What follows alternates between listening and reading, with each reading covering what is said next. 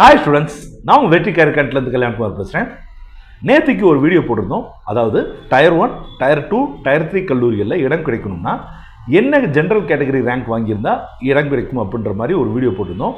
அதில் நிறைய மாணவர்கள் என்ன கேட்டிருக்காங்கன்னா, சார் நீங்கள் டயர் 1, டயர் 2, டயர் 3 சொல்கிறதெல்லாம் ஓகே, பட் அதெல்லாம் என்னென்ன கல்லூரிகள் சார், அது தெரிஞ்சிச்சுன்னா எங்களுக்கு யூஸ்ஃபுல்லாக இருக்கும் அப்படின்னாங்க.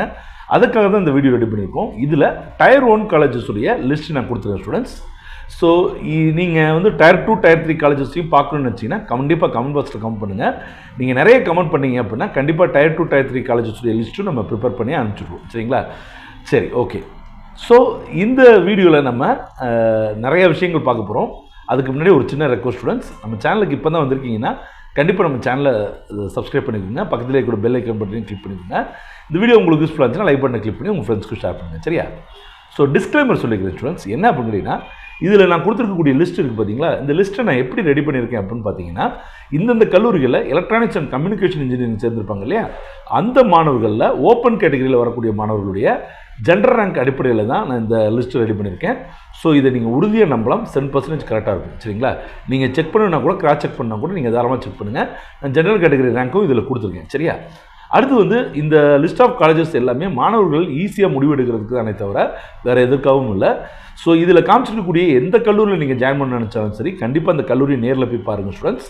வெறும் ஃப்ரண்ட் ஆஃபீஸை மட்டும் பார்க்காதீங்க, அந்த கல்லூரியை முழுமையாக சுற்றி பாருங்கள்.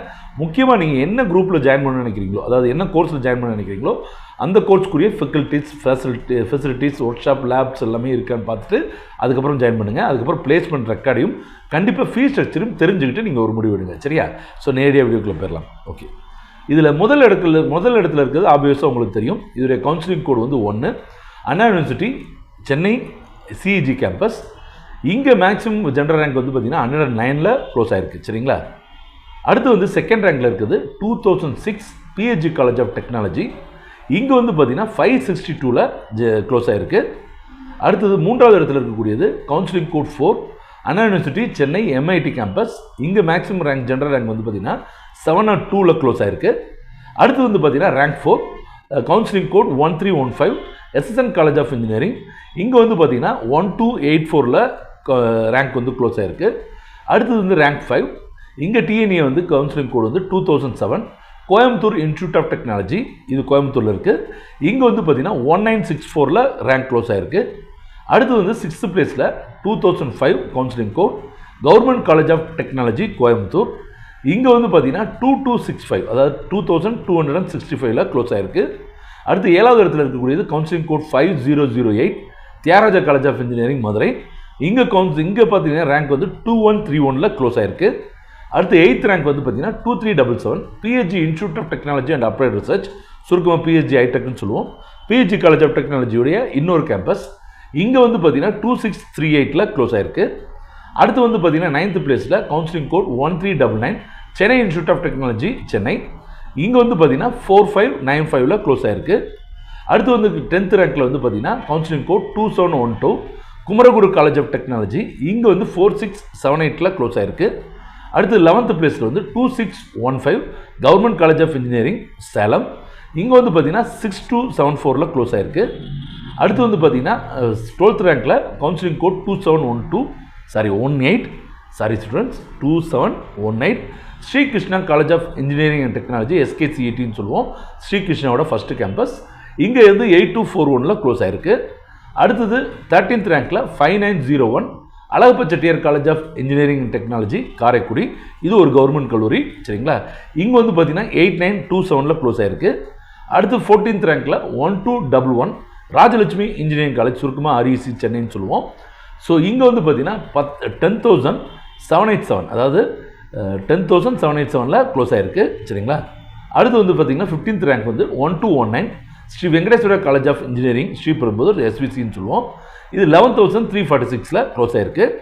அடுத்து வந்து பார்த்தீங்கன்னா 16th ரேங்க்கில் 4974 government college of engineering Tirunelveli. இங்கே வந்து பார்த்தீங்கன்னா 11928ல் க்ளோஸ் ஆகிருக்கு. அடுத்து வந்து 17th ரேங்க்கில் 1432 Rajalakshmi institute of technology RIT.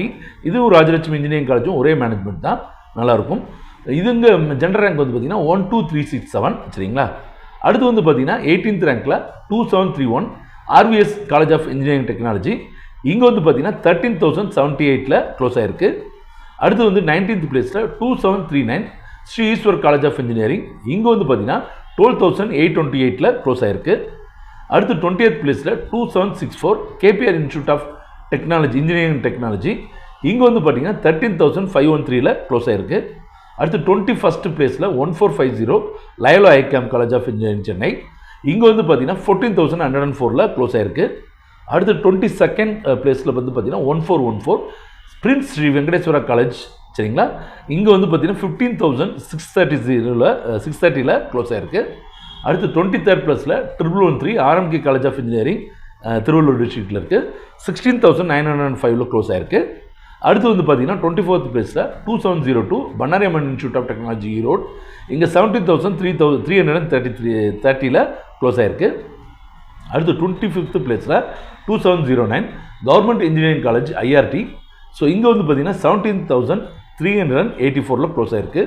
அடுத்து வந்து பார்த்தீங்கன்னா 26th பிளேஸில் 2025 அண்ணா யூனிவர்சிட்டி ரீஜனல் கேம்பஸ் கோயம்புத்தூர். இங்கே வந்து பார்த்தீங்கன்னா 19044ல் க்ளோஸ் ஆயிருக்கு.